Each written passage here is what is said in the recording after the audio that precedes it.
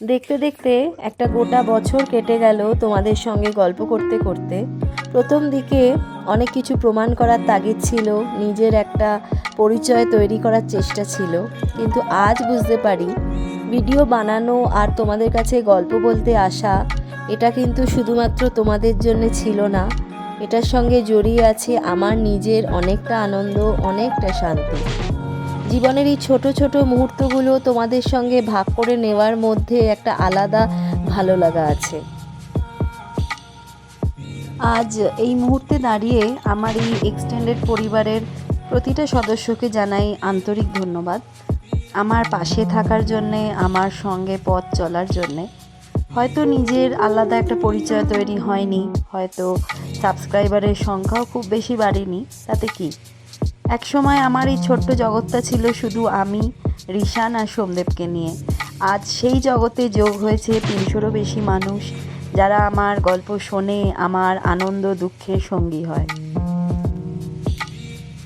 আমার মতো একজন মানুষ যে কিনা খুব অল্পতেই সন্তুষ্ট হয়ে যায়, তার কাছে এই ভালোবাসা আর আপন করে নেওয়াটাই অনেক বড় প্রাপ্তি। সংখ্যার চেয়ে এই সম্পর্কগুলোই আমার কাছে অনেক বেশি মূল্যবান। আজ তোমাদেরকে শোনাবো একটা শনিবারের গল্প। এই উইকেন্ডগুলো এলেই মনটা একটু ফুরফুরে হয়ে যায়। সারাটা সপ্তাহ নানান ধরনের দায়িত্ব, কাজ আর ব্যস্ততার মধ্যে কাটানোর পর মনে হয় এই দুটো দিন একটু নিজের মতো করে কাটাবো। দুটো দিন বললে ভুল হবে, দুটো সন্ধে বললেই ভালো হয়।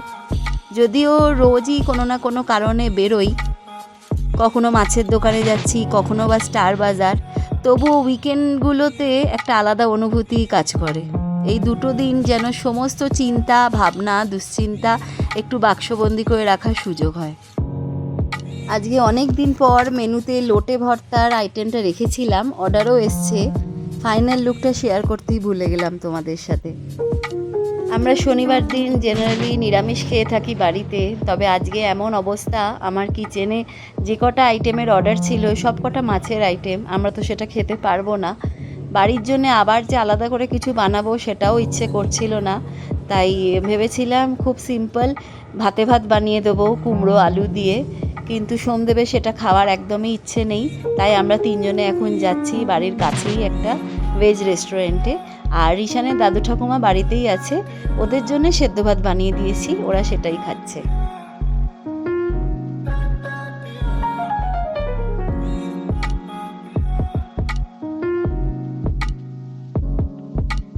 দিনের বেলা তো সেইভাবে রাস্তায় বেরোনোই হয় না।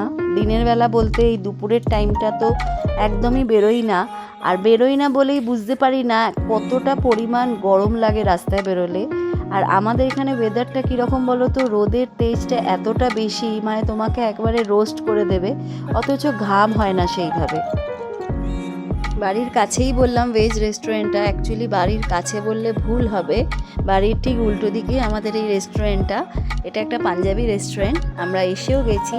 আমি এখানে অর্ডার করেছি একটা পনির কুলচা, আর ঈশানের জন্য নেওয়া হয়েছে একটা চিজ গার্লিক কুলচা, আর সোমদেব একটা থালি নিয়েছে, পাঞ্জাবি থালি।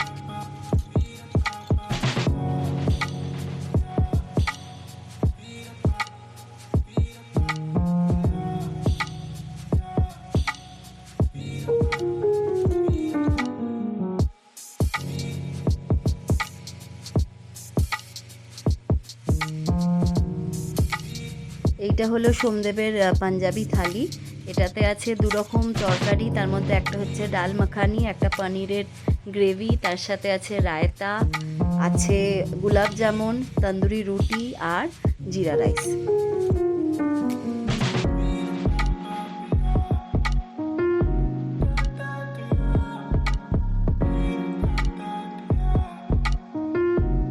খাওয়া দাওয়া সেরে বাড়ি এসে গেছি।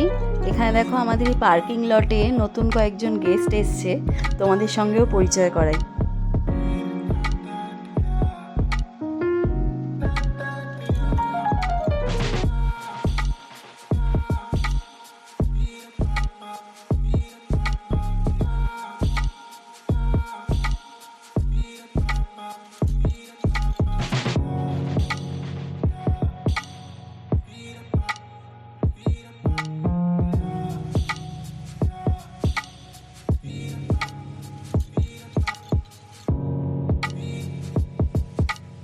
আমরা যেখানে আজকে লাঞ্চটা করলাম সেখানে খুব সুন্দর লাস্সি পাওয়া যায়, পাঞ্জাবি লাস্সি।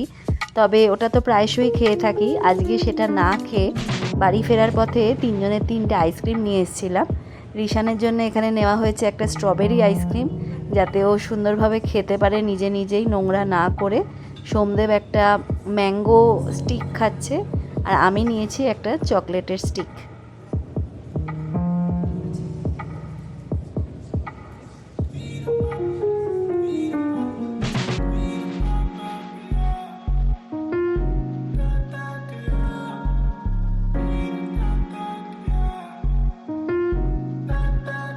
দুপুরবেলাটা আর কিচ্ছু শ্যুট করিনি, আমার 3টে অর্ডার ছিল, সেই 3টে তাড়াতাড়ি করে শেষ করে আমরা এখন বিকেলে যেরকম আমরা বেরিয়ে থাকি প্রতি শনি রোববার, সেই রকম আজকে বেরোচ্ছি। তবে আজকের বেরোনোটা একদমই প্ল্যান করে, অনেকটা ভাবনা চিন্তা করেই এখন আমরা বেরোচ্ছি।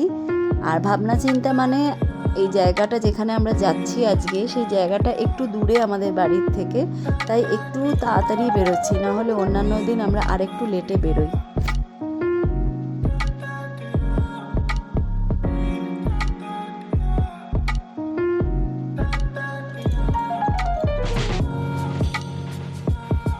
তোমাদেরকে এবার একটু ডিটেলসে বলি। আমরা যেই জায়গাটায় যাচ্ছি সেই জায়গাটার নাম হলো ভোসরি। এবার সেখানে একটা ইনস্টাগ্রাম থেকেই একটা জায়গার কথা আমি শুনেছি, একটা খুব সুন্দর জগন্নাথ মন্দির আছে, সেইখানেই অ্যাকচুয়ালি আমরা যাচ্ছি, প্রথমবার যাচ্ছি। যেই জায়গাটা আমরা এখন যাচ্ছি, যেখানে মন্দিরটা অবস্থিত, সেই জায়গাটা আমাদের বাড়ি থেকে একটু দূরে বলতে 40 মিনিট মতো সময় লাগবে আমাদের বাড়ি থেকে। সাধারণত সোমদেব এতটা দূরে স্কুটার চালিয়ে যেতে খুব একটা কমফোর্টেবল হয় না, তবে অনেক কষ্টে রাজি করিয়ে আজকে আমরা তিনজনে স্কুটার করেই যাচ্ছি, কোনো পাবলিক ট্রান্সপোর্ট আমরা হায়ার করিনি।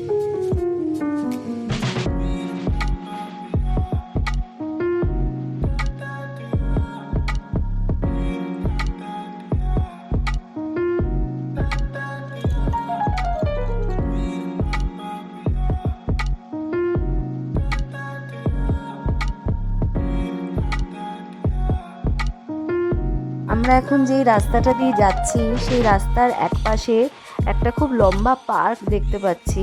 বিভিন্ন বয়সের লোকেরা এখানে রয়েছে, কোনো বাচ্চাও রয়েছে তাদের বাবা মায়ের সাথে, আবার বয়স্ক মানুষেরাও আছে, কেউ হাঁটছে বা কেউ বসে আছে। এখানে একটা ওপেন জিমও আছে দেখলাম, সেখানেও কিছু মানুষ অ্যাক্টিভিটিস করছে। এমনিতে আমাদের বাড়িতে আমি, সোমদেব, রিশান তিনজনই বেড়াতে যেতে খুবই ভালোবাসি, সেটা নিয়ে কোনো ডাউট নেই।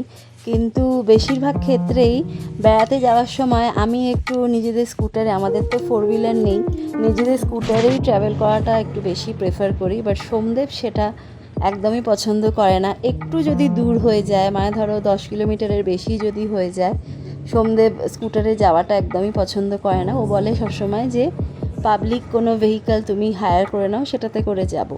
তো আজকে অনেক কষ্টে রাজি করানো গেছে, তো সেটাই হলো ব্যাপার। দেখো এখানে অলরেডি দেখাচ্ছে আমরা ভোসরি পুলিশ স্টেশনের কাছাকাছি চলে এসেছি, মানে ভোসরি এরিয়াতে অলরেডি আমরা ঢুকে গেছি, আর খানিকক্ষণের মধ্যেই আমরা আমাদের ডেস্টিনেশনে পৌঁছে যাব।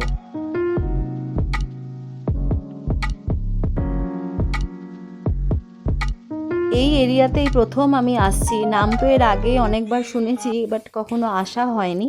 এসে যা বুঝলাম, খুব একটা ডেভেলপড এরিয়া নয় এটা। তোমরাও দেখে হয়তো বুঝতে পারছো, দুধারে পুরো জঙ্গল রয়েছে, সেরকম লোকালিটি দেখতে পাচ্ছি না।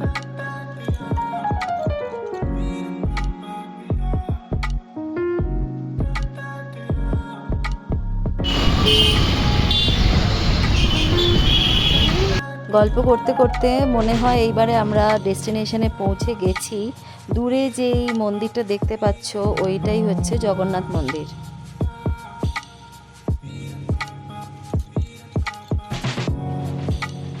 চলো এইবার ভেতরে ঢুকি, তোমরাও থাকো আমাদের সাথে, তোমাদেরও দর্শন হয়ে যাবে।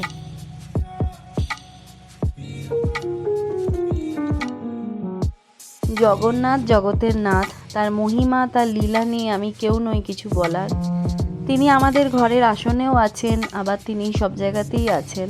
তাকে আলাদা করে খুঁজে পাওয়ার মতো কিছুই নেই। তিনি নিজেই যখন ডাকেন তখনই তার দর্শন মেলে। আজকে এখানে এসে তোমাদের সঙ্গে একটা ছোট্ট গল্প শেয়ার করি। আজ থেকে 15 বছর আগে আমাদের বিয়ের পর আমি আর সোমদেব প্রথমবার গেছিলাম পুরীতে, আর সেটাই হলো আমাদের শেষবারের মতো পুরী যাওয়া। গল্পটা বলার মাঝখানে এখানে বলে দিই, এখানে একটা ছোট্ট লক্ষ্মী গণেশের মন্দির রয়েছে। তারপরে যখন ঋষান হলো, খুব ইচ্ছে ছিল জগন্নাথ দেবের কাছে ওকে নিয়ে যাব, কিন্তু প্রতিবারই কোনো না কোনো বাধা এসে দাঁড়িয়েছে। আজ ঋষানের 13 বছর বয়স, এখনও অবধি একবারও আমরা পুরী যেতে পারিনি ওকে নিয়ে। সবচেয়ে বড় বাধাটা এসেছিল 2019 সালে। সেইবারও ঋষান, মা, বাবা আর ভাইকে নিয়ে আমি পুরী যাওয়ার সমস্ত প্ল্যানিং করে ফেলেছিলাম। আমরা সময় মতো হাওড়া স্টেশনেও পৌঁছেছিলাম। ট্রেন আমাদের সামনে দাঁড়িয়েছিল প্ল্যাটফর্মে, অথচ আমরা সেই ট্রেনে উঠতে পারিনি। হাওড়া স্টেশনেই বাবার হার্ট অ্যাটাক হয়েছিল, আর পরের দিনই বাবা আমাদের ছেড়ে চলে যায়। তারপর থেকে আর কোনো দিনই পুরী যাওয়ার কথা ভাবিনি। হয়তো উনি চাননি তাই যাওয়া হয়নি, আর আমিও সেই ইচ্ছেটা মনের মধ্যে রাখিনি। এই কথাই ভেবে রেখেছি যে যখনই উনি চাইবেন, হঠাৎ করে হয়তো প্ল্যান হয়ে যাবে, তখনই যাব। আমি নিজে আর পুরী যাওয়ার কথা ভাবি না। তোমাদের ছোট্ট করে ঠাকুরের দর্শন করালাম। আমরা এমন একটা টাইমে এসছি, এখন বাজে 6:50। আমরা জাস্ট ঢুকেছি, আর আমাদের যে পুরোহিত মশাই আছেন উনি বললেন এখন আরতি হবে, তাই 10 মিনিট পর আরতিটা হবে, সেই জন্য ওরা পর্দা টেনে দিয়েছে। তাই 10 মিনিট আমরা একটু সময় কাটিয়ে নিচ্ছি, আরতিটা দেখে আমরা এখান থেকে যাব। বাড়ির এতটা কাছাকাছি এইভাবে জগন্নাথ দেবের দর্শন পেয়ে যাব, মানে হঠাৎ করেই সোশ্যাল মিডিয়া থ্রুতেই এই মন্দিরের কথা আমি জানতে পারি, আর তখনই ডিসাইড করে নিই যে এইখানে একদিন যাব। তাই এখানে আসা, এত সুন্দর জায়গাটা, এত নিরিবিলি, বেশি ভিড়ও নেই মানুষের, এত সুন্দর দর্শন, মনটা আনন্দে ভরে গেল। এটা হলো বিমলা দেবীর মন্দির।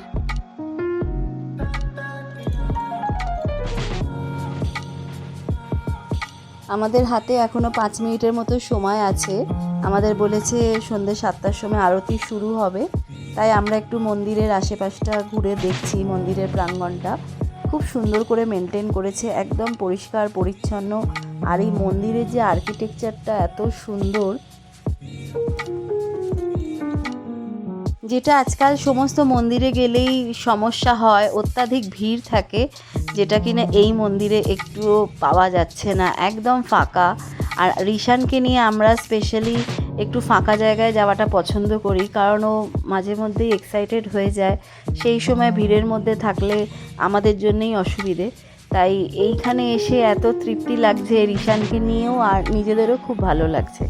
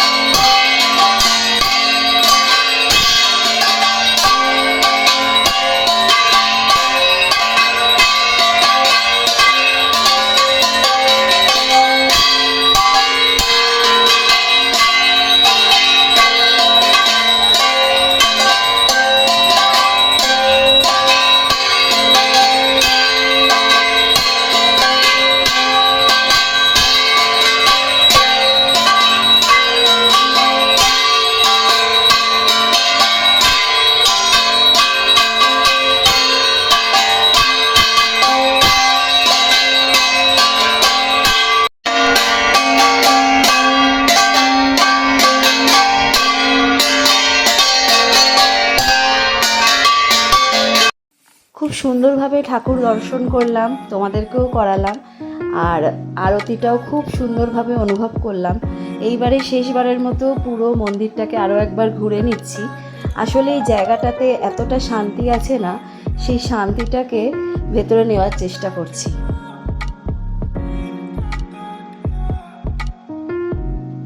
চলো এইবারে তাহলে বাড়ি ফেরার পালা।